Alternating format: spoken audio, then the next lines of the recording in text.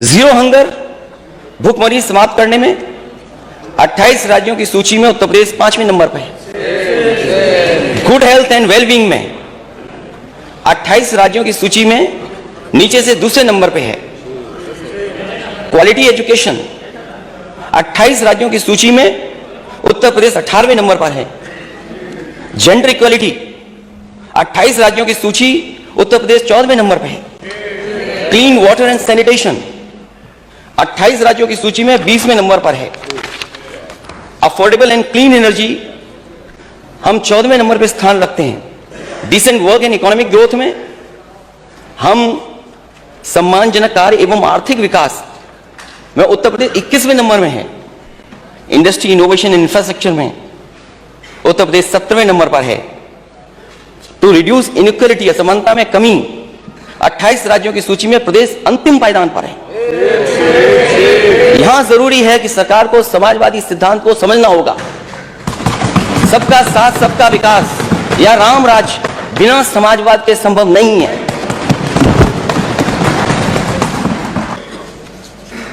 सरकार, हमारे finance minister और सरकार, बगल में नेता सदन, ये मानते हैं कि $1 ट्रिलियन की इकोनॉमी हासिल कर लेंगे। हम विपक्ष की तरफ से अध्यक्ष महोदय, सरकार से मेरा पहला प्रश्न यही है कि जिस रफ्तार से उत्तर प्रदेश की ग्रोथ है, जो national statistics office, ministry of statistics and programme implementation, government of India का डेटा कहता है, उसमें हमें क्या जीडीपी चाहिए होगी, हमारी ग्रोथ क्या हो। फाइनेंस मिनिस्टर की स्पीच में 21-22 में उन्होंने कहा कि 16.8 हमारी ग्रोथ रेट है करंट प्राइस पर। हाँ? 4 है शायद। ना जो बजट स्पीच में है, जो बजट स्पीच में है, और जो एवरेज है, जो 17-18 और 21-22 की एवरेज ग्रोथ रेट है वो 7.8% है। इस सरकार का डेटा बताता है। और मुझे खुशी इस बात की, ये बताते हुए और वही मिनिस्ट्री के डेटा को बताते हुए कि जिस समय समाजवादी सरकार थी, उस समय की जो average growth rate of GDP थी वो 12.25% थी, उससे 5% कम है। आपकी एवरेज ग्रोथ रेट 5% कम है। और फिर कहते हैं कि 19% तक 23-24 में लेकर के जाएंगे। मैं माननीय वित्त मंत्री से जानना चाहूंगा कि आखिरकार नेता सदन से कि इसकी सोर्स क्या है। हमसे तो हर चीज की सोर्स पूछी जाती है, कम से कम 19% कैसे हासिल करेंगे, उसके लिए आपके सोर्स क्या है। और फिर $1 ट्रिलियन इकोनॉमी को पाने के लिए जो आपका लक्ष्य है 26-27 में, उसके लिए मैं समझता हूं आपको 34% की ग्रोथ रेट चाहिए। 34% की ग्रोथ रेट कैसे संभव है? जो आपका ट्रैक रिकॉर्ड है 6 साल का, वो आपको कहां पर ले जा रहा है ग्रोथ रेट? और अगले 4 साल में क्या उम्मीद उत्तर प्रदेश कर सकता है? मैं तो बधाई दूंगा और जो सहयोग आप चाहें 34% हासिल करने के लिए हम आपके साथ खड़े हैं। और मैं तो अध्यक्ष महोदय कहूंगा कि मुख्यमंत्री जी को अपना जो इकोनॉमिक एडवाइजर होगा कोई उनका, उसको बदल देना चाहिए।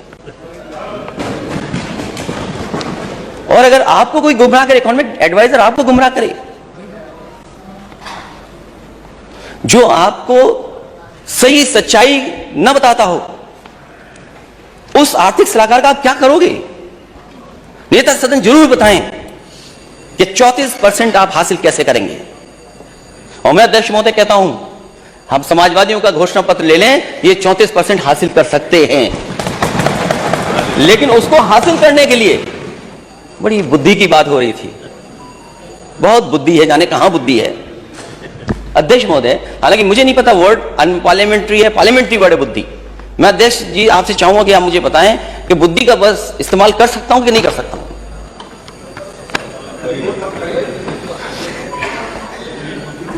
एक संस्था को हायर किया गया है केवल मुख्यमंत्री जी को, सरकार को झूठ बताने के लिए, सच्चाई से दूर रखने के लिए। झूठ इज अनपार्लियामेंट्री। 200 करोड़ रुपए दे रहे हैं आप कि डेटा को कैसे मैनेज किया जाए। जो आपने सच नहीं बोला कि हम 34% हासिल कैसे करें, उस 34% को साबित करने के लिए आप 200 करोड़ एक कंपनी को दे रहे हैं। आप ट्रिलियन डॉलर इकोनॉमी बनाने के लिए आप 200 करोड़ खर्च कर रहे हैं। अब समझ लीजिए अध्यक्ष महोदय, माननीय सदस्य, कि जो 6 साल में नहीं कर पाए उन्हें 200 करोड़ रुपए खर्च करने पड़ रहे हैं। इनके आर्थिक सलाहकार फेल, इतनी बड़ी कॉम्पिटिटिव अधिकारी फेल, आपका प्लानिंग कमीशन फेल, आपका वित्त विभाग फेल। 200 करोड़ देकर के डिलॉयट कंपनी से आप सुझाव लेंगे? आपकी सदियों सदियों बनी हुई संस्थाएं आपने धक्का मार दिया उसको। और फिर सरकार कहती है कि बड़े बड़े मेडिकल कॉलेज के दावे हो रहे हैं, और मेडिकल कॉलेज के दावे ऐसे हो रहे हैं जैसे कि उत्तर प्रदेश का स्वास्थ्य बिल्कुल बेहतर हो गया है, उसमें स्वास्थ्य में कोई समस्या नहीं बची है। और दुख होता है जब अखबारों में तस्वीरें छपती हैं कि आज इस अस्पताल से मरीज लौटा दिया गया, आज यहां पर ऑक्सीजन नहीं मिली, या आज यहां पर गंदगी थी, बिजली नहीं है, टॉर्च में इलाज चल रहा है, डॉक्टर नहीं था, नर्स नहीं था, वार्ड बॉय ने इंजेक्शन लगा दिया। ऐसी तमाम खबरें जो अखबारों में देखने को मिलती हैं। कोई पिता अपने परिवार के सदस्य को, पुत्र को कैसे ले जा रहा है, कोई अपनी बूढ़ी मां को किस में रख करके ला रहा है। आखिरकार स्वास्थ्य का क्या कर दिया इस सरकार ने? लखनऊ की ओपीडी बता देना आपकी उपलब्धि, और ये सरकारी उपलब्धि बताइए आपने सरकार के मेडिकल कॉलेज से अस्पताल की। अगर इतनी है आपकी ओपीडी यहां पर, तो सोचिए जो प्राइवेट हॉस्पिटल हैं उनकी ओपीडी कितनी होगी। और मुझे तो लगता है अध्यक्ष महोदय, जिस तरीके से पीपीपी पर ये मेडिकल कॉलेजेस देने जा रहे हैं, इस सरकार की नियत मंशा यही है कि स्वास्थ्य विभाग सरकार के हाथ में न रहे, ये प्राइवेट हाथों में चला जाए। अगर स्वास्थ्य विभाग प्राइवेट हाथों में चला जाएगा तो गरीब इलाज कहां कराएगा? जो एम्बुलेंस चलाई गई थी 108, 102, और जो बहुत मेडिकल चीजों से इक्विप्ड एम्बुलेंसेस थी, आखिरकार समय पे क्यों नहीं पहुंच रही हैं?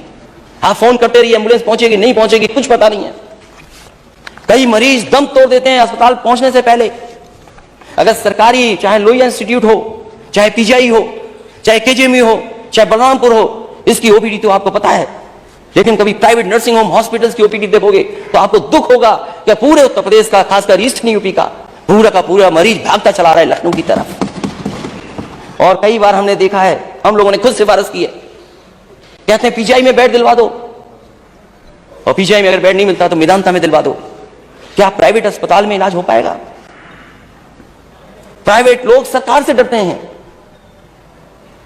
मेदांता हॉस्पिटल जो आप लखनऊ में प्राइवेट देख रहे हैं, आप अगर किसी की देन है तो वो नेताजी और समाजवादी सरकार की देन है, किसी और की देन नहीं है। अगर नेताजी जमीन न दिलवाते, और जो आपको टाउनशिप दिखाई दे रही है, हाईटेक सिटी दिखाई दे रही है, वो नेताजी की देन है। ये जो आपको टाउनशिप बड़ी वाली दिखाई दे रही है, बहुत सारे इन्वेस्टर्स को जिसको आसपास आप दिखा रहे थे कि लैंड बैंक है हमारे पास, ये कुछ है, ये हाईटेक सिटी का कॉन्सेप्ट, हाईटेक सिटी की प्लानिंग अगर किसी के समय आई है तो वो नेताजी के टाइम पर आई थी। वही आपको दिखाई दे रही, वहीं पर मेदांता है। अगर आप भर्ती में ही जीरो टॉलरेंस नहीं दिखा रहे हैं तो एक तो जीरो टॉलरेंस करप्शन वाला आपका कहां गया, और फिर जो भर्ती पा जाएंगे उनको लॉ एंड ऑर्डर को मेंटेन करने में जीरो टॉलरेंस कैसे देखेंगे आप? एक अभ्यर्थी जेल में था, वो पास हो गया, यही जीरो टॉलरेंस है आपकी करप्शन के लिए। इसमें ये ऐसा भी केस है माननीय सदस्य, माननीय ओम प्रकाश जी, ऐसा भी केस है कि जेल में था एक अभ्यर्थी, वो जेल से पास हो गया। लोग धरने पे रहे, जाने कितने महीने धरने पे बैठे रहे, लेकिन यही जीरो टॉलरेंस है सरकार का। और एक भर्ती में घोटाला नहीं, न जाने कितनी भर्तियों में घोटाला है। और 69,000 वाले बच्चे न जाने कितने दिनों से धरना दे दे करके पीछे चले गए। कितना धरना दिया उन्होंने और चले गए वापस। उनको कोई सुनने वाला नहीं है। सुनवाई तभी होगी जब जाति जनगणना होगी, उससे पहले नहीं सुनवाई होगी, नहीं सुनवाई होगी उससे पहले। अध्यक्ष महोदय, वो बात मैं फिर रिपीट करूं, क्योंकि जितने भी हमारे माननीय सदस्य यहाँ बैठे हैं और उस तरफ भी जो होंगे, इसमें बहुत सारे ऐसे लोग हैं जो जाति जनगणना चाहते हैं। और बिना जाति जनगणना के अध्यक्ष महोदय सबका साथ सबका विकास संभव नहीं है, कभी संभव नहीं हो सकता। और जो इक्वलिटी की बात है, इक्वलिटी की बात है, जिस पैरामीटर में आप नीति आयोग भी कह रहा है कि आप नीचे जा रहे हैं, अगर जेंडर इक्वलिटी और इक्वलिटी समाज में तभी संभव है जब जाति की गिनती हो जाए और उनको भी बराबर का हक और सम्मान मिल जाए। मुझे याद है समाजवादी सरकार में 50 लाख से ज्यादा महिलाओं को समाजवादी पेंशन दी जाती थी। 50 लाख 55 लाख तक हो गई थी। और उस समय फैसला यह लिया गया था कि आबादी में जितने उस हिसाब से उनको दिया जाएगा। कुछ लोग जो आबादी के हिसाब से न मिले वो हाई कोर्ट भी गए थे। जब हाई कोर्ट में हार गए तो माने सुप्रीम कोर्ट वो पहुंचे और सुप्रीम कोर्ट में भी हारे। और जो व्यवस्था समाजवादी सरकार ने उस समय समाजवादी पेंशन में की थी कि हर जाति के हिसाब से उनको दिया जाए, वो दे करके दिखाया। और जब सुप्रीम कोर्ट ने टिप्पणी की तो सुप्रीम कोर्ट ने खुद कहा कि इससे अच्छी स्कीम गरीब महिलाओं के लिए कोई नहीं हो सकती। और 36 जातियों को उनको आबादी के हिसाब से सरकार की जितनी भी लाभकारी योजनाएं थी, जिसमें बहुत सारे समाज के लोग थे जो गिनती में नहीं आते, उनको जोड़ने का काम अगर किसी ने किया तो समाजवादियों ने। और मैं आज भी कहता हूं द फ्लोर ऑफ हाउस, हम लोग सरकार से लड़ेंगे जाति जनगणना के लिए। और हम अपने साथियों से भी कहेंगे जो विपक्ष में हमारे साथ हैं, कभी सत्ता में साथ हैं, कि वो भी आए जाति जनगणना में कम से कम साथ दें।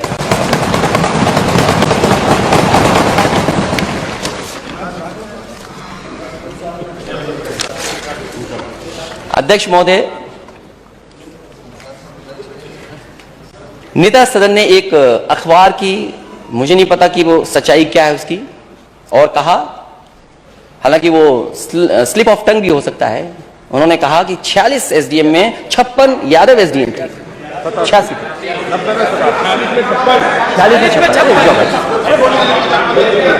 अध्यक्ष महोदय, स्लिप ऑफ टंग हुआ था नेता सदन से। अध्यक्ष महोदय,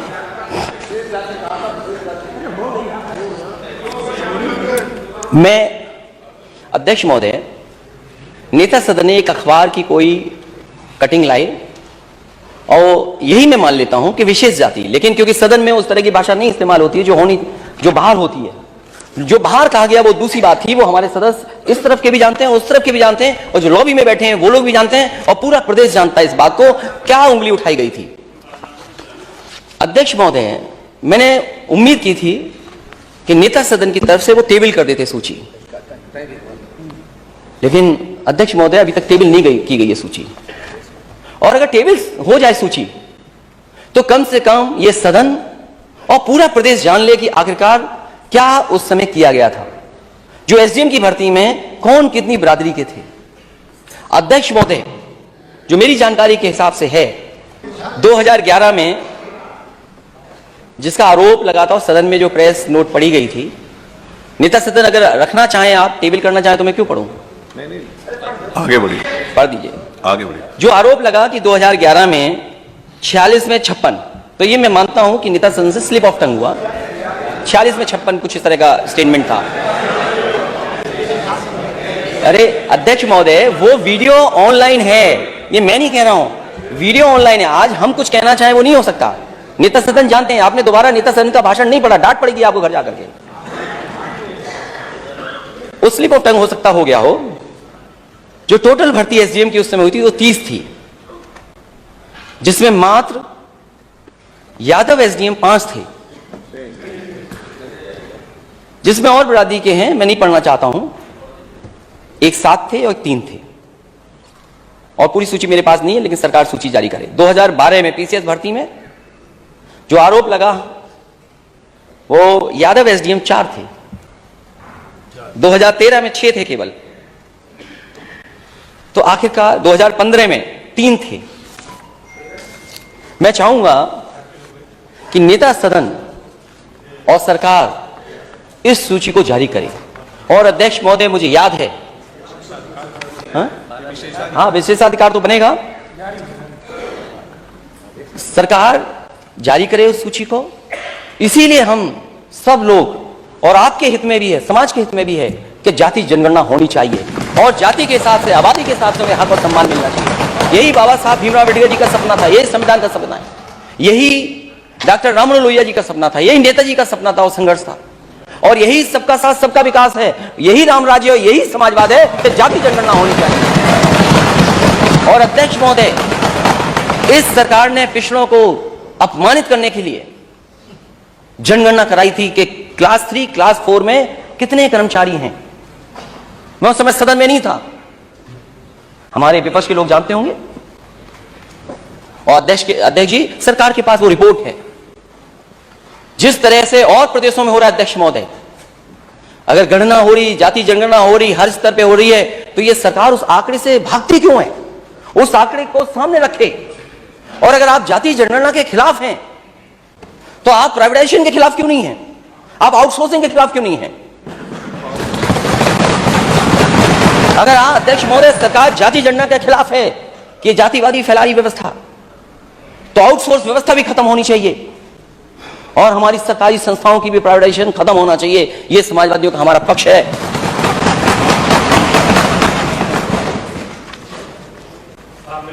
और मैं माननीय सदस्य ओम प्रकाश जी को बधाई देता हूं कि उन्होंने राष्ट्रीय कवि रामधारी सिंह दिनकर जी की कुछ पंक्तियां पढ़ दी, और उन्होंने पंक्तियां ऐसी पढ़ी कि नेता सदन भी कुछ पंक्तियां ले आए।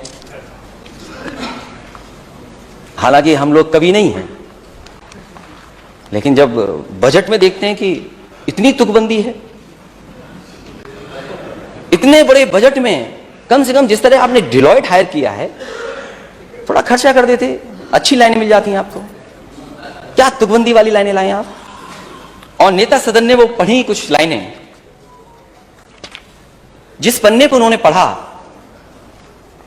एक पन्ना पहले क्यों नहीं पढ़ा आपने? हमें पढ़ाई बात की क्यों करा रहे हो आप? इसी किताब से लिया होगा आपने। हमें आगे की पढ़ाई करा रहे हैं। मैंने जो सवाल पूछा था जिस समय, अध्यक्ष महोदय, हम ही लोग महसूस कर सकते हैं कि जिस मुख्यमंत्री आवास में रहें, अगर दूसरा वहां जाए तो वो गंगा जल से धुलवाए। और मैं पूजा पाठ के लिए जा रहा था, किसी संत के बुलाने पे जा रहा था। मैं किसी संत के बुलाने पर गया था, मैं अपने आप पूजा के लिए नहीं गया था। वहां से जानबूझ करके, साजिश करके, रणनीति बना करके मेरा विरोध हुआ। गोमती के किनारे जब मैं पूजा के लिए एक संत के माध्यम से बुलाया गया, मैं गया। संत अपने स्थान पे ले जाना चाहते थे, लेकिन गवर्नमेंट स्पॉन्सर्ड लोग वहां पहुंच गए और काला झंडा दिखाया। अध्यक्ष महोदय, राजनीति में आओ तो काले झंडे से मत घबराओ, विरोध से। और मैंने पिछली बार भी उदाहरण दिया था नेता सदन आपको, कोई अगर काला झंडा दिखाता था मुझे, या जानकारी होती थी, आप पता कर लेना वो अधिकारी आपके साथ भी काम कर रहे हैं जो हमारे साथ अधिकारी काम कर रहे हैं। कोई नए अधिकारी भर्ती नहीं हो गए। मैं उनको बुलाता था, मैं कहता था समस्या क्या ये बताओ आपको। आप जैसे मुकदमे नहीं लगाते। और आपने गवर्नमेंट स्पॉन्सर्ड रणनीति बना करके आपने काले झंडे लेकर के पहुंचाया, कहा कि आप पूजा पाठ नहीं कर सकते हो। मैंने कहा चाहे कुछ हो जाए, आज पूजा पाठ और संत से मिल करके जाऊंगा मैं। उन्होंने कहा कि अगर आप हवन करोगे तो आपको धोती पहननी पड़ेगी। मैंने कहा धोती नहीं लाया हूं, मैं धोती नहीं पहनूंगा, केवल संत से मिलूंगा मैं और परिक्रमा कर करके चला जाऊंगा मैं। जब मैं गया, परिक्रमा कर ली, परिक्रमा भी नहीं करने दे रहे थे। मैंने कहा जब परिक्रमा पे अगर चल दिया हूं तो परिक्रमा होगी, और मैंने किया। उसके बाद मैं एक झोपड़ी जो बनी थी उस स्थान पे गया, तो कई बहुत सारे करीब लोग भारतीय जनता पार्टी के और जहर उगलने वाले लोग हमें वहां दिखाई दिए। तो आपने एक पन्ना आगे पढ़ दिया। हालांकि अगर जहां आपने पढ़ा उसके अगर और आगे पढ़ते तो शायद हमारी वाली बात आ जाती, लेकिन वो बात आपने नहीं की, क्योंकि आप उतना ही करेंगे जो आपको सूट करेगा। आप वो नहीं कहोगे जो हम लोगों को सूट करेगा। इसलिए आपने अपने हिसाब से पढ़ा। मैं अपने हिसाब से नहीं पढ़ रहा हूं, जो किताब में है वो पढ़ रहा हूं, और अपना हिसाब नहीं सोच रहा हूं मैं इसमें। और अगर अपना हिसाब सोचता तो मैं कई और जगह भी है वो पढ़ता मैं। मुख्यमंत्री जी ने जो पढ़ा उसके एक पन्ने पहले मैं पढ़ रहा हूं, उसी कविता और उसी राष्ट्रीय कवि दिनकर जी की द्वंद्व युद्ध के लिए पार्थ को फिर उसने ललकारा। अर्जुन को चुप ही रहने का गुरु ने किया इशारा। कृपाचार्य ने कहा, सुनो हे वीर युवक अनजान, भारत वंश अवतंस पांडु की अर्जुन है संतान। क्षत्रिय है, रय राजपुत्र है, वो ही नहीं लड़ेगा, जिस तिस में हाथापाई में किस कूद पड़ेगा। अर्जुन से लड़ेगा, अर्जुन से लड़ना हो तो मत गाहो सभा में मौन, नाम धाम कुछ कहो बताओ कि तुम जाति के हो कौन। नाम धाम कुछ कहो बताओ कि तुम जाति को हो कौन। जाति है री जाति, कर्ण का हृदय क्षोभ से डोला, कुपित सूर की ओर देखकर वीर क्रोध में बोला। जाति जाति रट्टे जिसको पूंजी केवल पाखंड, मैं क्या जानू जाति, जाति है वो मेरे भुजदंड। ऊपर सिर पर कनक छत्र, भीतर काले के काले, शर्माते हैं नहीं जगत में जाति पूछने वाले। सूत पुत्र हूं मैं लेकिन थे पिता पार्थ के कौन, साहस हो तो कहो ज्ञान से जाओ मत मौन। अरे पढ़ने नहीं आ रहा इसलिए कि ये किताब आज ही खरीदी है।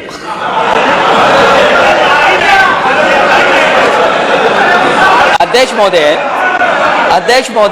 हो गया। अध्यक्ष महोदय, ये अध्यक्ष महोदय कह रहे हैं पढ़ना नहीं आता है। चलिए, इन्होंने अभी तक 6 साल में 3 into 60 सुपरक्रिटिकल थर्मल प्लांट नहीं कहा।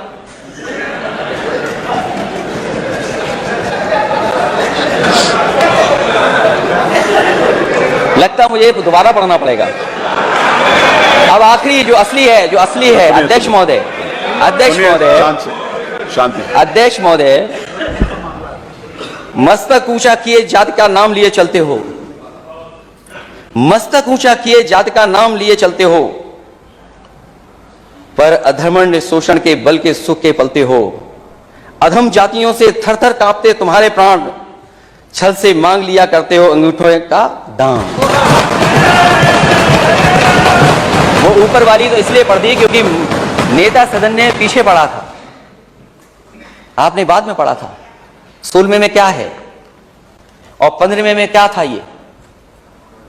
ये लड़ाई कोई आज की नहीं है, ये लड़ाई 5 लाख साल पुरानी है। और अध्यक्ष महोदय ये कह रहे हैं कि मैं पढ़ नहीं पाया। मैं कहता हूं सोने के पत्रे पे भी आप लिख करके दे दोगे तो मैं वो स्वीकार करने वाला नहीं हूं। और मैंने ये रामचरितमानस के बारे में नहीं पूछा था, मैंने कहा नेता सदन ये बताएं शूद्र क्या है। और यही शूद्र अगर ढाल ना बने आपके तो आप सत्ता में कभी नहीं आ सकते, कभी नहीं आ सकते। ये पढ़ने की बात कर रहे हो आप, इतिहास के पन्ने उठाओ आप। क्या आपका घर, आप घर में गए होगे तो गंगा जल से धोया होगा आपको। ये कहां का सिद्धांत है, आज के जमाने का क्या सिद्धांत है ये।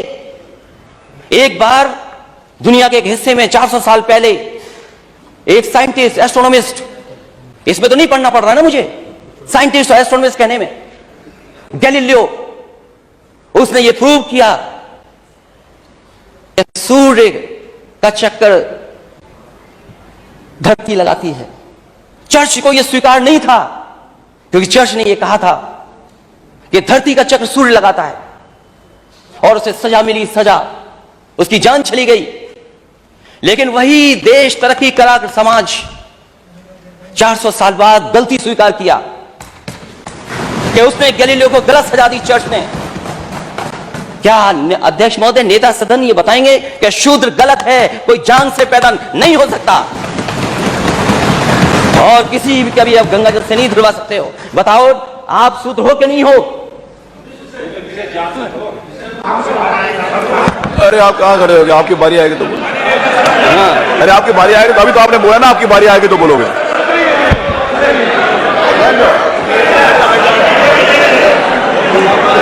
ये हंसी बता रही है कि तुम हम साथ देने वाले हो, ये मुस्कुराहट बता रही है। किसी प्रेशर को मत मानना, इसीलिए जाति चाहते हैं। और हम रामचरितमानस के खिलाफ नहीं हैं। किसने कह दिया हम खिलाफ हैं? क्या हमारा स्टेटमेंट नहीं सुना आपने? क्या प्रचार करते हो आप? और भगवान सबके हैं, किसी एक के नहीं है भगवान। क्योंकि चंदा आप लेते हो तो आपके भगवान हो गए, और फिर जो गलत है वो गलत है। आप एक किसी को खड़ा कर दें कि यहां ताड़न का मीनिंग क्या है, हम भी 10 को खड़ा कर सकते हैं ताड़न का मीनिंग क्या है। क्या एक को खड़ा करके ताड़न की भाषा बताएं, मीनिंग बताएंगे आप? ठीक है, हम स्वीकार कर रहे हैं जो है सो है, लेकिन उत्तर प्रदेश की स्थिति क्या है? इसीलिए हम जाति जनगणना चाहते हैं अध्यक्ष महोदय। मैंने लैपटॉप बांटे इस स्टेट में, लैपटॉप मैं इस स्टेट को आगे ले जाना चाहता था। आप कहते हो लैपटॉप में करप्शन हुआ है? अगर एक भी बता दे इसमें से नेता सदन, बताएं करप्शन क्या हुआ है, लंबा हुआ है या छोटा हुआ? क्या आप बात करते हैं अध्यक्ष महोदय? एक्सप्रेसवे में घोटाला हुआ है, और जब प्लेन उतारना पड़ा हरक्यूलिस, तो उसी एक्सप्रेसवे जो समाजवादियों ने डिजाइन किया था। सरकार का बजट ठीक माने तो बजट अभी कम है। अगर ये रिपोर्ट ठीक है तो अभी 11 लाख से ऊपर छुट्टा जानवर है प्रदेश में, और 750 के लिए वो बजट रखा है। अगर आवारा पशु जो सड़कों पे घूम रहे, अगर उसकी गिनती हो जाएगी तो न जाने कहां पहुंच जाएगी। तो क्या जो मरने वाले लोग हैं, जो जानवर की वजह से एक्सीडेंट हो रहा है, या खेत को बचाने के लिए किसान की जान जा रही है, उसके लिए मैंने मांग की थी कि 10 लाख रुपए उस परिवार की मदद हो, और जो फसल को नुकसान हो उसकी भरपाई हो।